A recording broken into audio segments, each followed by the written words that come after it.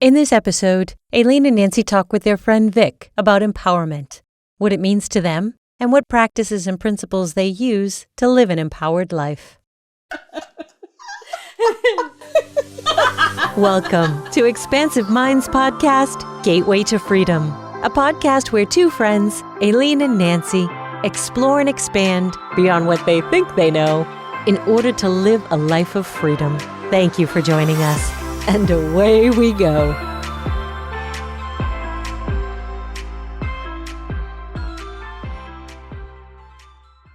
Good morning. Good almost afternoon. Oh, it is almost afternoon. Yeah. It's a gorgeous Veterans Day, sunny, bright day today. And we're very excited. Can you hear the smiles in our voices? Like I can hear us smiling. Right? Why? Why are we smiling? Because Vic is on the phone. Hey, Vic. Hey there. Hello. Hello. I'm smiling too. Can you hear it? I can hear the I can hear it. I can feel it. Nice. Awesome. Hi, Vic. Thanks for joining us on our podcast. Good morning. All the way from Utah. Yeah. What's it like over there? Is High in the mountains. Yeah. You're high? It's cold. You're cold. Oh. No, I said high. Yes, Rocky Mountain High. Exactly. High in the Many mountains different of Utah. aspects. It is cold, and we're expecting snow today. So, yay, here comes winter. Yeah, yay. Uh-huh.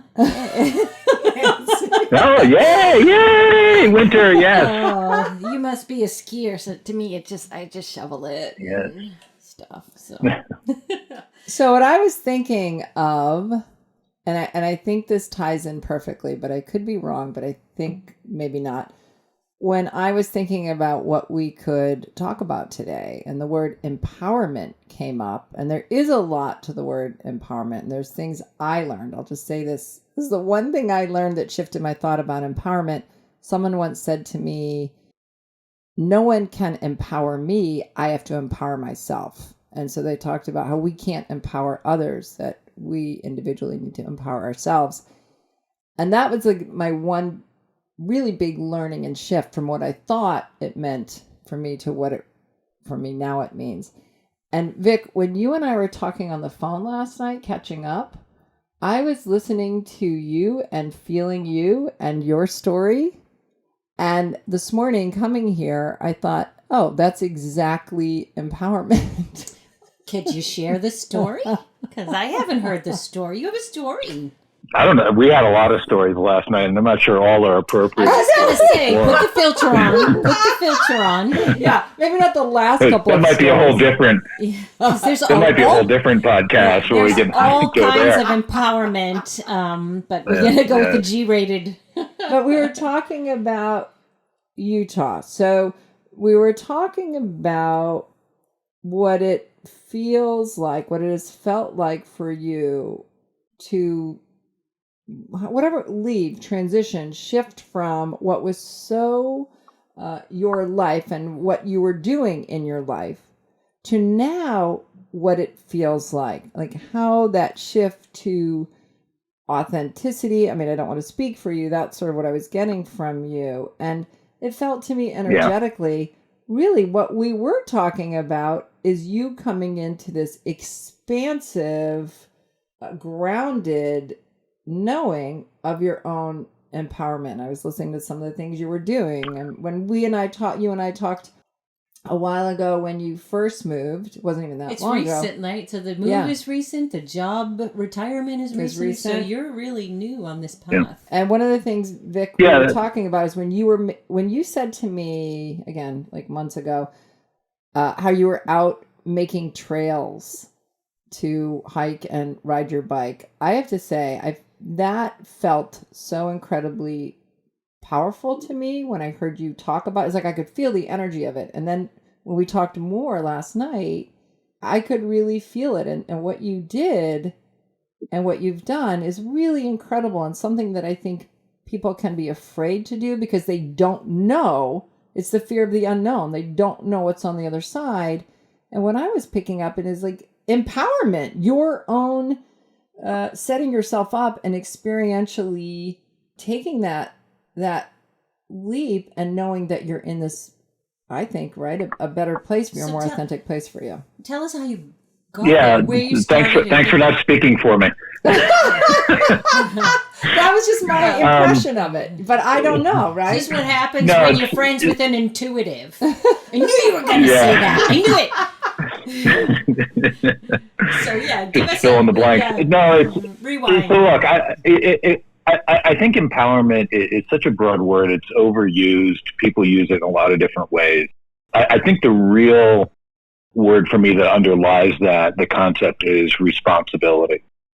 It's really owning the responsibility for your life and your experience, Yeah, nice. and not allowing yourself to be a victim of what other people think you should do, whether it's your parents, your family, your colleagues, society, and just finding your own path and carving that. And when I think when you do feel that sense of responsibility for your experience, you then have an obligation to figure out what experience you want to have, and then go put the intention and the energy into creating it. And can I want to ask, and if I'm wrong, if I've misunderstood, then by all means stop. So for some reason, and maybe it's like the old child trauma, when somebody's responsible, I found myself contracting with that word. Would ownership fit in there? Just or is like, because responsibility just feels very, I mean, if that's what you meant, it's very grown up and adult. Yeah, again, I think that word is used in a lot of different contexts. As parents, we use it with our kids.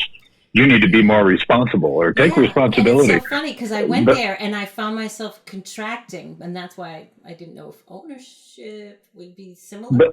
But I do think more broadly, the way I think about the word responsibility is, what are we responsible for in our lives, right? And it's really our thoughts, our feelings, our actions, and our personal experience in life. And then what are we not responsible for? Sort of everything else. Exactly. Everybody else owns their stuff. And so when we think about the experience we're having, if we don't like it, if we're not happy, if we're angry, frustrated, full of anxiety and stress, I think taking responsibility means owning that we're in that place because of all the choices that we've made, and not being a victim and not blaming others for where we are in life and what's happening to us and the experience we're having. To me, that's the ultimate of empowerment, is knowing that you have the ability to create your experience. And then the hard part is then going and doing it. So can you elaborate on how you did it? How did you do it? How did these beautiful words... You're doing it. It's how happening. Did these beautiful words transcribe into physical action and actual movement? So this is where I think the word responsibility is really important. And it comes down to everyday practical activities. When, somebody cuts you off in the car and you get upset and you go, that person made me mad. Well, that person didn't make you mad. You made yourself mad. Your emotions come from your own meaning that you're putting on the things you're experiencing. So I think every day, as you start to sort out your emotions and your experiences and say, no, I own them and I'm not a victim, those actions start to build the empowerment for your life. If I had to get really practical, it's like anybody can start doing this every day, and realizing that their emotions and their reactions and everything they do, they own. And that's a hard thing. That takes, for me, it's taken years. I'm still working on it every day. I'll probably get cut off in traffic later today, and I'll get upset.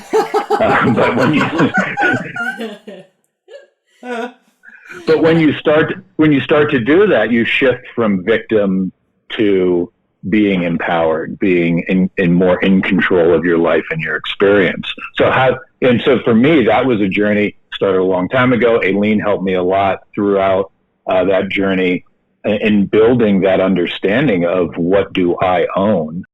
And that allowed me to then take more control of bigger pieces of my life and say, I don't have to continue to work in this job. I don't have to continue to live in this place. I don't have to continue to do this. I can make different decisions based on what experiences I want to have. Does that help? I don't know if I answered your question. It does. I think it helps. The other thing I want to jump into, Nancy, with the word responsibility. And I so appreciate you bringing up the trigger, because we do have triggers with all these different words from where we came from. And part of our show is about talking freely. We said in the beginning we were going to be vulnerable and share these things out loud, share our stories. So together we can play with them. We can move them around a little bit. And in the 80s and 90s, there was this really cool period in therapy and where the key kind of catch awareness was, we would say in a issue where we were having a trauma with somebody or triggered or whatever, and we would look at ourselves and say, okay, well, whose responsibility is this? And it was a great way to set boundaries. So to shift the idea from, as Vic was saying to our kids, and you were saying like a child reaction, like, oh no, responsibility can feel very heavy to some of us depending upon the culture we came from. And we want to get out from believing we have a responsibility that isn't ours. It doesn't belong to us, right? It's like, whose problem is this? Whose responsibility is this? So we've been working culturally in, again, counseling and therapy to say, whose problem is it? Whose responsibility is it? And then from there, that comes the boundaries, which jumps into what Vic was saying around realizing he doesn't have to do the things that other people want him to do in that way, or lead a life that other people want him to do. He's not responsible for their happiness. He's not responsible for their projection of him or their, perception of him. He's responsible for, what would you say, Vic, your own sense of joy, or what would you call that? Yeah, I'd say, curating my own experience in life. That's my responsibility. And, I think I probably have a similar background as Nancy, coming from a family of second generation immigrants, very ethnically oriented. Hey, what's the matter with you? Take responsibility. And you grew up with that strong sense of the definition of the word and the meaning around it. I actually think now the harder thing for me is not the part of taking responsibility for myself. I think I own that fairly well now. Now what I'm working on is not taking responsibility as much for others. I love that. And their happiness. Yes, and that's a whole other thing.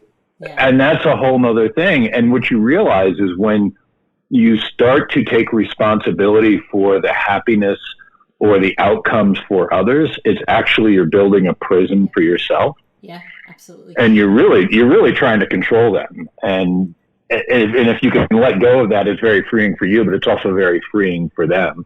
So you're empowering yourself, but you're also playing a role in empowering others by not taking responsibility for their happiness or their outcomes or their success. And I totally want to dive into that. And before we do, I want to kind of close out this whole thing about words in general and triggers. I used to be a personal trainer. And so when I would coach somebody, a cue for you that would make you do that squat just perfect wouldn't maybe work on Vic, and I had to come up with a whole new set of words. Yes. So what I don't want is if I take responsibility for me, I don't want to be triggered by a word, because I can simply substitute in another word. So I think that's something maybe we'll be exploring on the show, just as we go through. When we try to articulate what we're feeling, we may be throwing in a bunch of different words. But I think the key is, don't give the word power. Don't let that word trigger you. Well said. Don't shut it off. Like you said, you have this visceral experience. And in that way, sometimes the person who's saying something, we get so distracted by our visceral reaction that they lose credibility. Right. And so what I did was I translated into a word, or like, say, a personal trainer cue that worked for me, which was, ownership. Fully understanding what he meant by responsibility. But for some reason in my head, it just felt better to use that word. But now that said, I'm not going to let that word trigger me moving forward. Yes. Perfect. So I just wanted to kind of close out on that. And go ahead. If I can just add, I mean, look, it's hard to overcome those triggers sometimes, right? Because they're so ingrained. And I think one practical thing everybody can do is don't worry about being triggered. We're going to get triggered, but just be open to the possibility that maybe you don't have to get triggered next time, or the trigger could be a little bit less.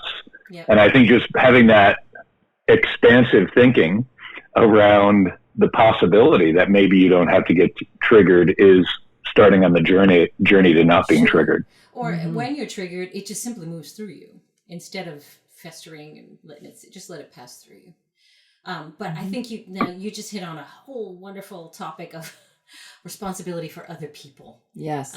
Because I think it can come from a very well-intended place, a parent with a child. But let's talk about that. How do we free ourselves from feeling the need, even if it's well-intended, to take on the responsibility of other people's success and their happiness? Right. So there's something I'd love to say, because years ago, this is how I chose to do that, to distinguish two things. So what I said to myself is, as a parent, I am responsible for my children until, in my mind, I said 18. They're their own legal guardians at that point, right? Because I chose to have them. Yeah, well, culturally, right? We want them to live with us forever. So, So I still try to force kids, food on my kids. Kids, look, I got this. Take this, take this, take this. Mom, we don't need any more food. No, that's the Italian. Exactly. Yeah, we got to feed them. So there's responsibility for. You're responsible for a pet that you own. You're responsible, or you're in a relationship with. You're responsible for children.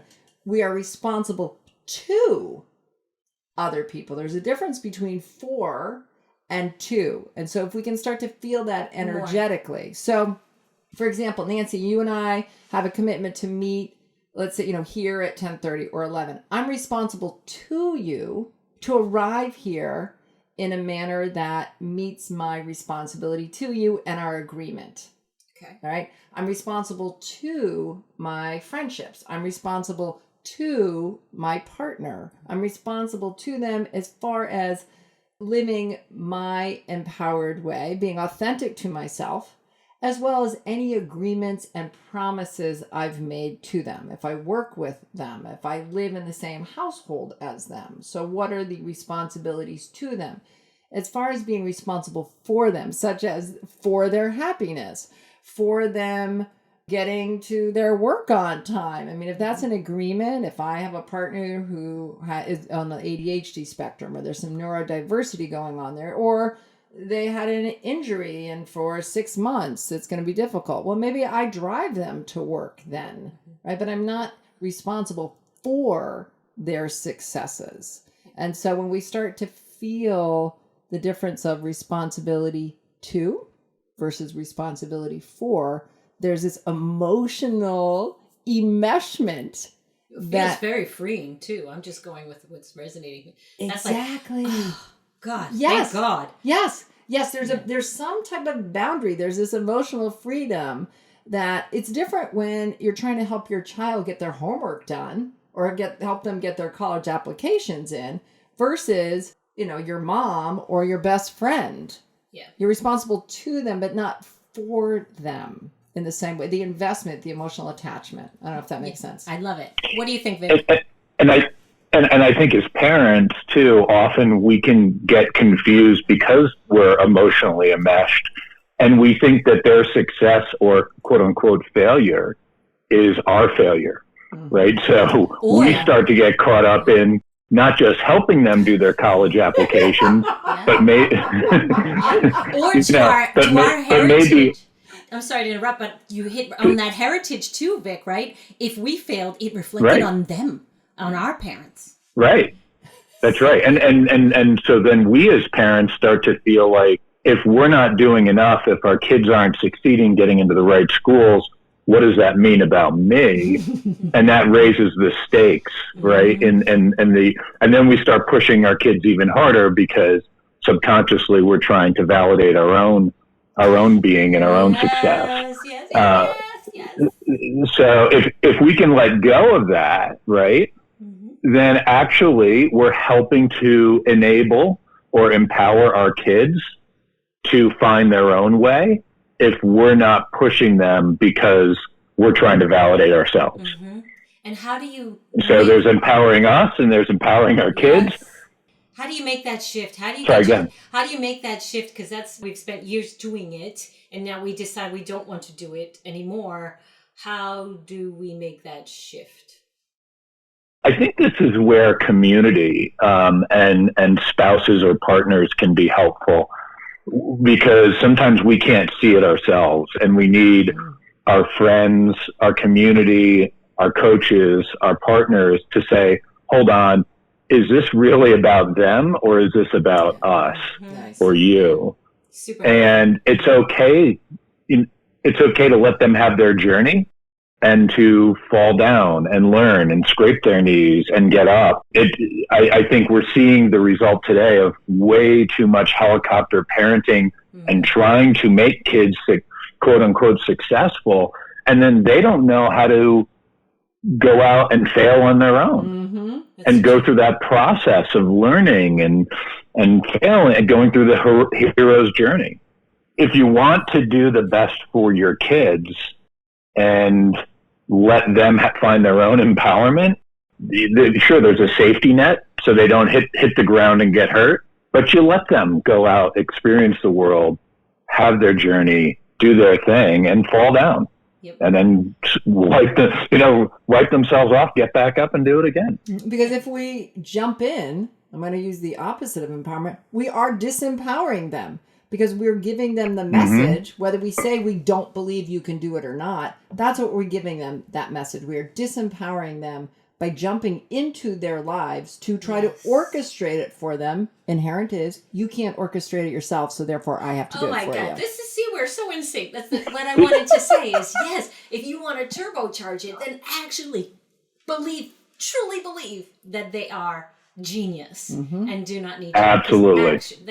They feel that, and especially now, just with the energy behind things being such a power generator now, that will take them even further. So it's not just like you wipe your hands of it and I'm like, you're on your own, fill out your own college application. No, it's more you sort of sit in that space and say, I know you got this.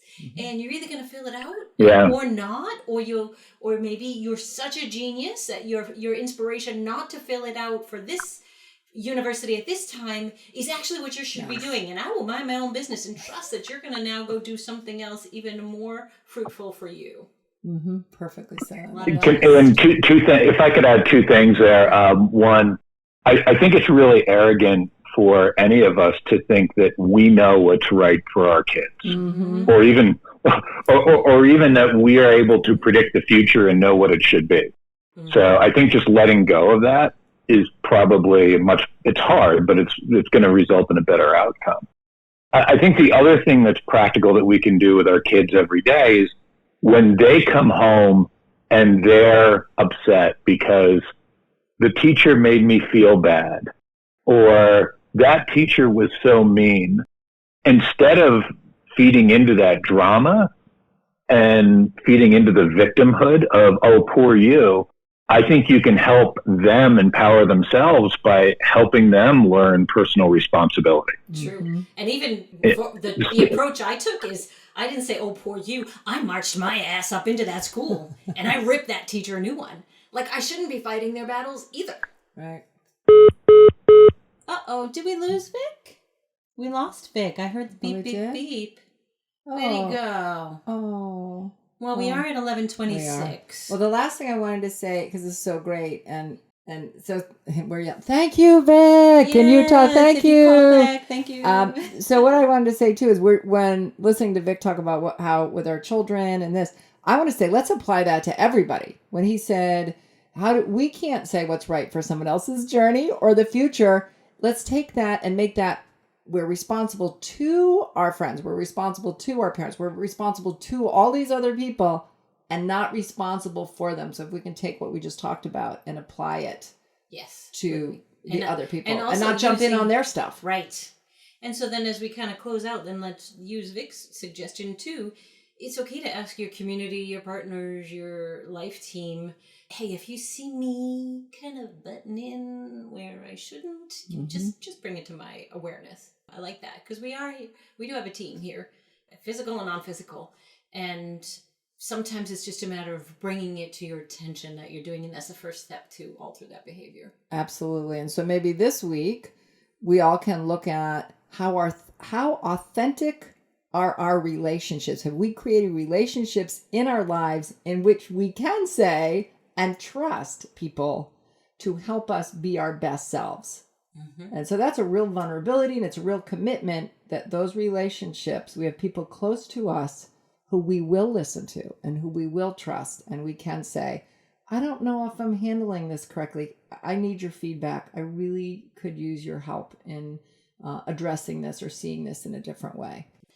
All right. Awesome. All right. Thanks again, Vic. I'm sorry. We'll see you in Utah. Yeah. We'll see you in Utah. Oh, no, there's snow there. I'll just see you in Utah. I'll see you in Utah in the summer. All right, peeps. Have a great week. And more to be revealed. Thank you for joining us on Expansive Minds podcast, Gateway to Freedom. Until next time, more to be revealed.